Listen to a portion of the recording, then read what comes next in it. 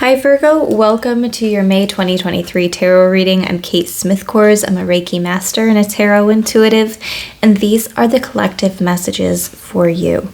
So Virgo, your overall energy for the month of May is this 8 of Fire, and it says events moving at a fast pace. Delays are over, many things happening at once. So this could also represent communication coming in. It could be an important communication, something that you've been waiting to hear back on. I feel like this is good news on the way, or at least some type of news or information regarding whatever it is you've been asking about.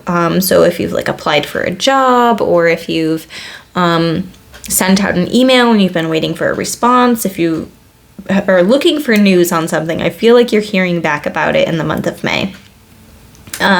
This could also just represent that there are a lot of things going on. There's a lot of things coming in for you. Some of you might be spending some time with grandchildren or something like that. This is a wand, but it's almost reminding me of a rattle. So I don't know, I'm thinking baby rattle.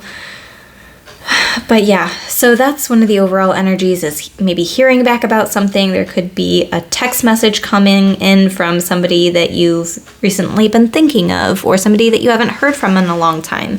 It could mean the end of a delay, or just May could just be a really busy month for you. So another message that Spirit wants me to talk about is this Peaceful Soul card. So maybe the beach is a much needed getaway or vacation for you.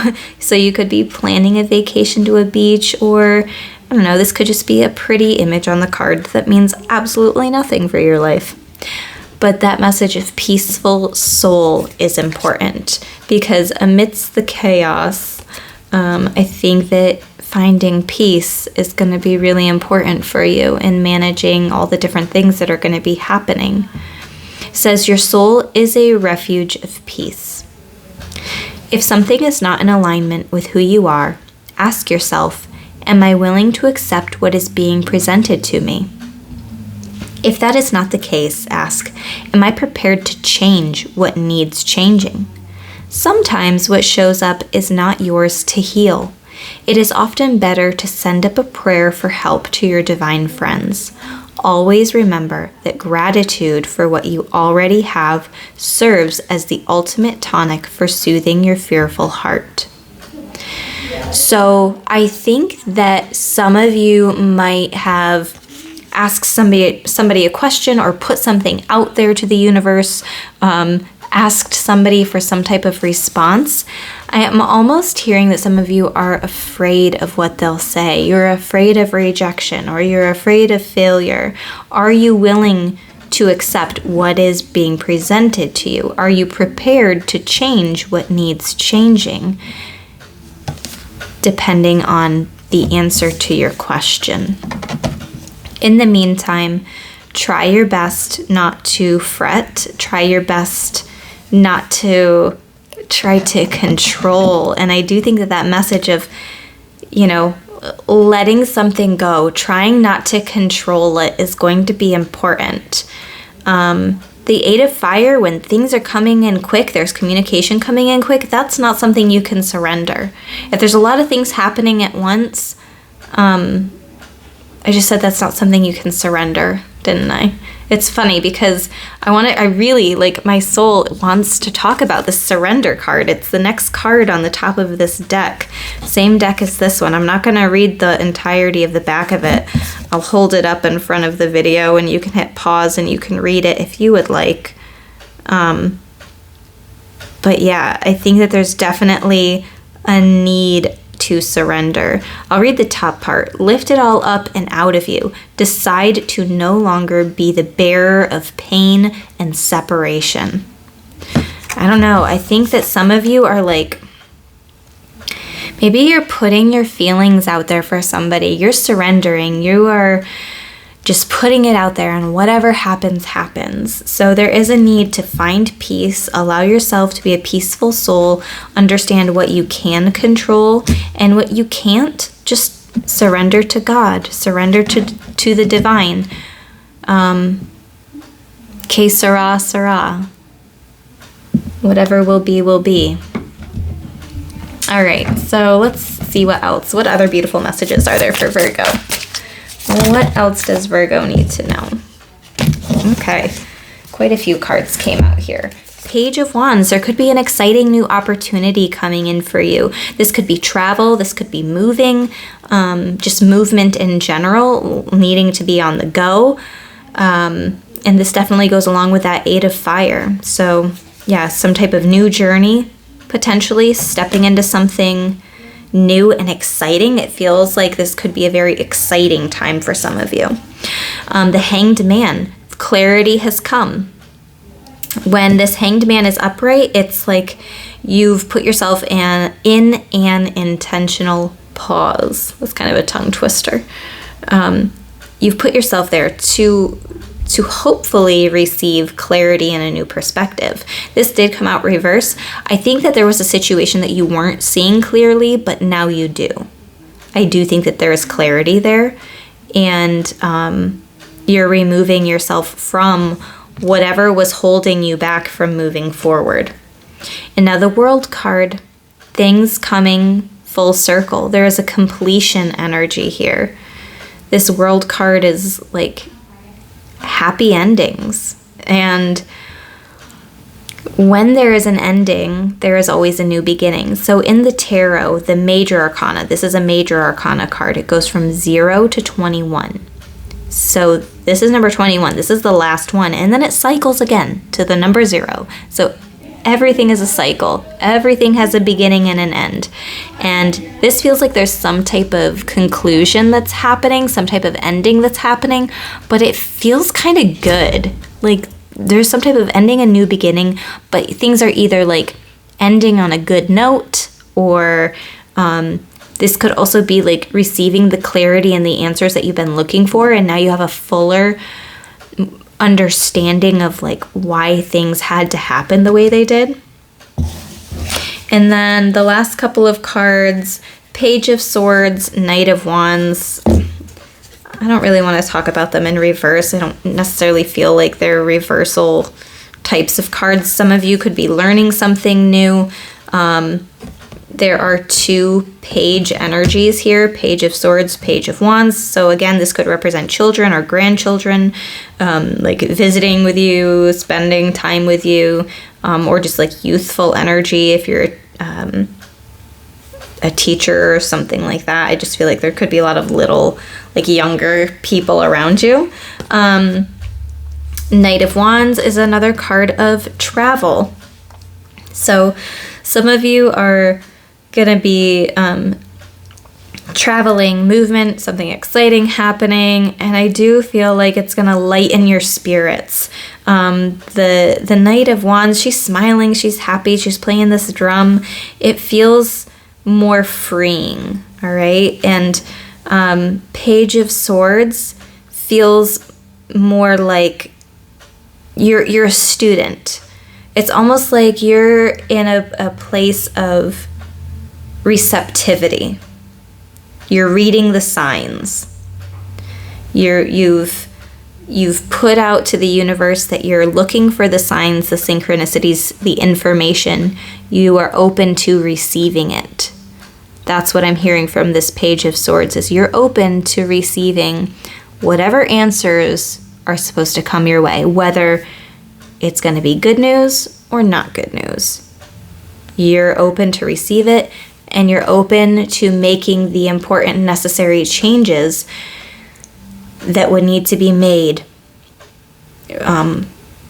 depending on whatever that answer is to whatever your question that you have out there is referring to. So let's pull from the Rebel deck. Let's see, what does the Rebel deck have to say for Virgo? This is very blunt, raw, a little bit brutal, a little bit like a slap in the face sometimes, and it does have swearing, so sorry in advance. So for Virgo, it says, put the fucking phone down. Too much screen time is making you awkward and sad. Go talk to a live person. I feel like some of you, like maybe some of you were going into hermit mode, which would make a lot of sense for Virgo because hermit does represent Virgo energy. And some of you might have been avoiding There's like an avoidance here. So some of you could be using your phone or social media or TV or something like that as a distraction from dealing with some emotions that you've got going on that feel a little bit heavier. I think that this is indicating that if you're feeling called to talk to a therapist, definitely go ahead and do that. Or reach out to a good friend or a family member and just like communicate with them. With this 8 of Fire, this is a strong card of communication. This is communication energy for sure, or receiving communication. If somebody reaches out to you and they're asking you, hey, how are you? Like, actually tell them. That's what Spirit is telling you, is be open, be vulnerable, actually tell them, have that conversation. And so this says, that project, that person, that idea is waiting. Get after that shit. The world has your back. So yes, that project, that person, that idea is waiting. The Page of Wands, Knight of Wands, this is about taking action on whatever you feel inspired by. So if there's something that you've been wanting to do, a place that you've been wanting to go, a person you've been wanting to talk to, their energy is essentially waiting for you to take action, to reach out, to do that thing. This is definitely a good energy for physically doing something, getting your body into motion, putting something into motion. But also understanding that not everything is for you or is meant for you. Okay, so I will just say that. Then we also have... I'm so sorry. Like, in most of these readings, there's only been 1 or 2 cards that have fallen out from the Rebel deck. You got 4, so this is a little bit brutal. Get over yourself. Pull your shit together. Help people. Give back. Do good shit for humanity. So I think that maybe being in your head a little bit, focusing too much on... I don't know, I almost think that there's a little bit of like a pessimism or a focus on like what hasn't been going right, that it's been preventing you from being able to move forward with something, either out of fear of rejection or just like fear out of what could possibly go wrong. But Spirit's also saying, if you get over yourself, you pull your shit together and you help people, you're actually going to be helping yourself. By doing good shit for humanity, it's also going to be helping you emotionally as well. It's going to be fulfilling. And then we also have don't fucking force it. Oop. Allow that shit to come to you. Absolutely. And that definitely goes along with the surrender card and the peaceful mind card. When you don't force things, when you allow them to come to you, it's gonna allow yourself to, not only are you gonna feel worthy of the beautiful things that are coming in, but you're also gonna feel like,